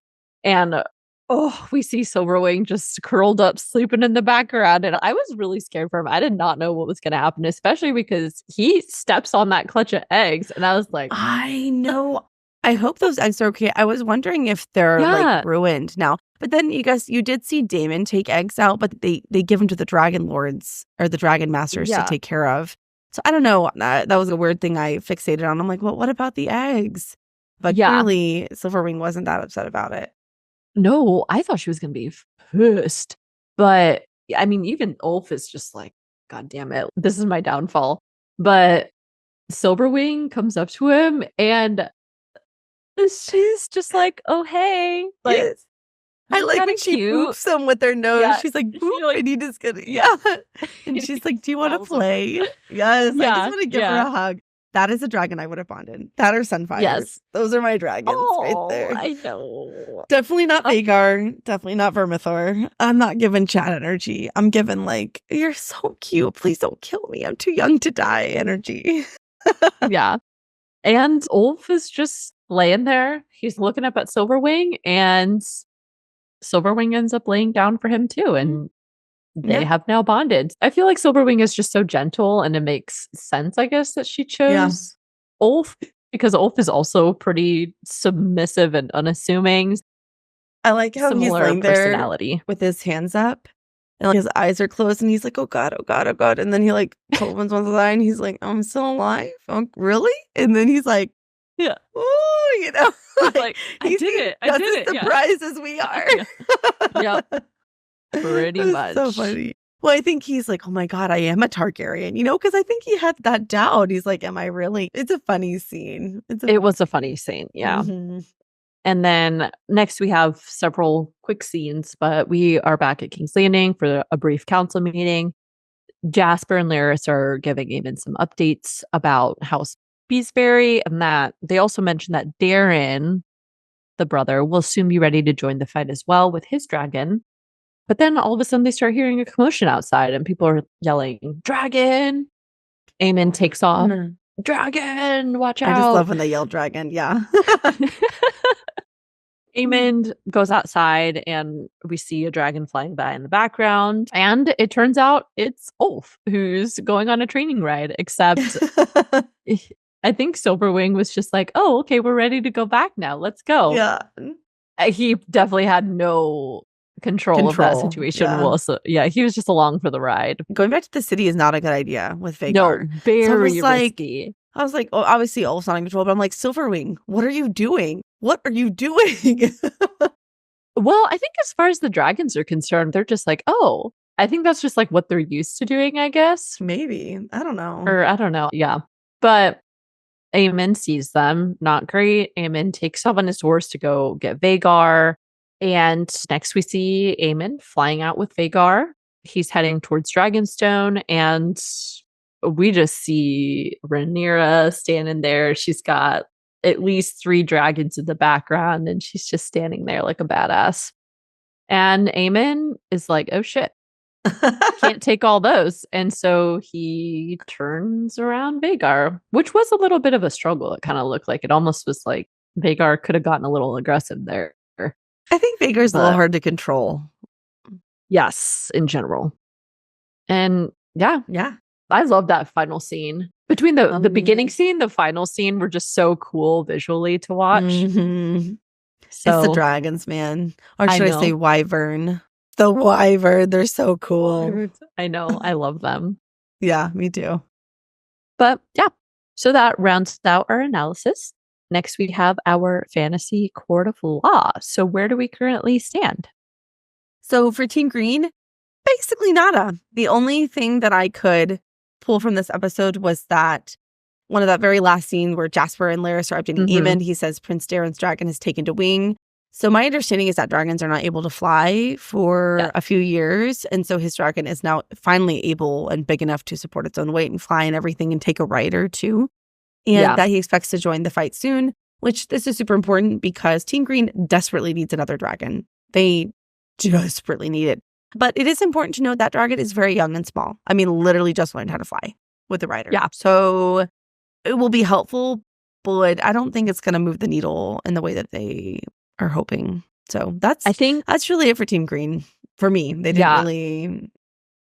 They didn't really do much. Mm-hmm. Yeah, not going well for them currently, as far as dragons go. But I was gonna say, I think I saw a visual of all the dragons laid out, and I think Darren's dragon is Targaryen. Correct me if I'm wrong about that. And he is quite literally the smallest dragon out of all of them. Besides the babies. Very bottom. Yeah, besides the babies who aren't ready to fly yet. So, yeah. Mm-hmm. Yeah. And then for Team Black, in a way, it was really only 2 things, but they were major things. So the first thing is somehow Daemon actually managed to secure the Riverlands. Everything that went down at Harrenhal with Lord Tully means that all the houses in the Riverlands are going to fight for Team Black, which is huge, a huge ground force. And as we talked about many times in the season so far, the physical location of Harrenhal and the Riverlands is really strategically important. And so having that force is going to be really important. And I mean, I just want to point out, it is possible one of the river houses will refuse to serve Daemon and Rhaenyra. It is highly unlikely, though, because they would pretty much be declaring war against all the other houses in the Riverlands, and they would just get ruled immediately. So pretty much that's a done deal. Even though they hate Daemon, it's done. So that is a huge one for Team Black. And then in a classic Oprah, you get a dragon, you get a dragon, you get a dragon. Adam bonds Seasmoke, Hugh bonds Vermithor, Ulf bonds Silverwing. This brings their total dragon count to 7. So just a little dragon update. Rhaenyra has Syrax, Daemon has Caraxes, Jace has Vermax, Baela has Moondancer, Adam has Seasmoke, Hugh has Vermithor, and Ulf has Silverwing. So a total of 7 dragons. And as we have, hypothesized, Rhaena may bond that wild dragon. I think she will, but of course unconfirmed. But if that all comes to fruition, they would have 8 dragons, which is huge. Yeah. And I think Team Green has 3. And then based off of the trailer, I think for the next episode, he's about to put Helena to work, looks like. He's going to try. That's not canon for the books. I don't think that. Yeah. But we'll see how they do it in the show. But I guess, as I'm thinking about it, I guess technically Team Green has 3.5-ish dragons. They have Vhagar, they have Dreamfire, they have Targaryen, and then they do still have Sunfire. But of course, Sunfire's fate is unknown, and he's obviously injured. But technically, they do have 4 dragons to their names. But of course, Aegon and Sunfire, they're not in any position to fly. Yeah, I don't know if Sunfire... They're not dead. I feel like if they were dead, they would have been set on screen. They're just... severely injured. That's true. But yeah. So, yeah, I agree. That's pretty much what I had as well. And now we just have our favorite moments left. So what were your favorite moments from this episode? I love the entire scene at Harrenhal with Lord Oscar Tully. I think that he did a fantastic job. And I loved all of Sir Simon's looks at Daemon. He look a little side eye. He's like, oh shit. And when he goes, oh dear. It's just so funny to me. Yeah. And then I really liked the scene with Jace and Rhaenyra where he's upset about the bastards bonding dragons and everything. And I liked it because I felt like it shows a lot of character depth and development for Jace, which is nice because I feel like we haven't gotten a lot of that from him. He's just kind of always there, but we don't get a lot of face time with him, and especially not in his internal thoughts and feelings. And so it was nice to actually add the layer of development to his character. Right. And then who didn't love the bonding of Vermithor and Silverwing? I mean, come on. It was just hilarious. It was campy, and I mean, it was just great. It was just great to see the dragons. And then I'm sure this was on your list. I'd be shocked if it wasn't, but the ending scene with the Queen of Dragons on the cliff of Dragonstone, surrounded by her army of dragons. Yeah. I mean, just so cool. it's Yeah. just a perfection, perfection. Yeah. So what were your favorite moments? Ooh, okay. So my first one, I just thought this was funny, but when Ulf is in the tavern with his friends and one of his friends was like, are you touched? He's saying you can claim a dragon. He's like, you dumb motherfucker, go take this opportunity. Do not waste it. So I thought that was really funny. And then I, in particular, really liked Ulf riding Silverwing. Obviously, I agree that the bonding of the dragons is just really cool no matter what. But I just thought it was so funny because Ulf is just so carefree. He's so excited. He's just along for the ride, having a great old time while Silverwing just does whatever. Yeah. So it was just such a happy moment. And I felt really happy just watching him ride around on Silverwing. So Yeah. And then I, like you, also really like that final scene with Rhaenyra standing there. Again, Emma Darcy, they don't need to say anything. They can just look with their face and their eyes, and you know everything you need to know. Yes. Yes. They're just so good at conveying emotion on their face, which that sounds so obviously like everybody conveys emotion with their face, but not like Emma Darcy. Yes, I agree. So, yeah, those were all my scenes. And that now concludes our episode. Thank you all so much for joining us for another episode of the Booked on Fantasy podcast. If you would like to keep up with us on other platforms, then all of our socials are linked below in the episode description. And that's all we have for you guys today. Stay nerdy, everyone, and we'll catch you all next week for House of the Dragon Season 2, Episode 8, the final episode. The finale! Bye! Bye! But I digress. But once back at Dragonstone, Rhaenyra just can't quite puzzle out who's Adam's parents. That's not right. Who's Adams? Who's Adams? Who's Adams? That sounds like the name of a band. Who's Adams? I made it pretty far without a typo. Good job for me. Yay! Normally it's like the first 3 words. I'm like, oh, whoops. I know. I swear I'm literate, guys. I'm just lazy when I type. Okay. You should see my text to Lorraine. They're chaos. All right. So, of course, to smart our smart council. Okay. That's the funniest laugh. Oh my god. Oh my god, you're so funny. Okay, so what kind of snack do you want? Pizza. Pizza? I don't think we have any pizza. This girl loves pizza. I don't think we have any pizza. I want pizza. Sure. Let's fucking go. Let's go. I know. Let's go. You guys want to swim in the pool at night? All right, let's go. Let's mommy's go. got let's fucking go. Maester. Hold on. Sorry, I just got like a stupid update and it distracted me. Okay. Laird comes. Oh, oops! I did skip that. Oopsies. I would have bonded Vermithor. No, Silverwing. I would have bonded Silverthing. Oh my god.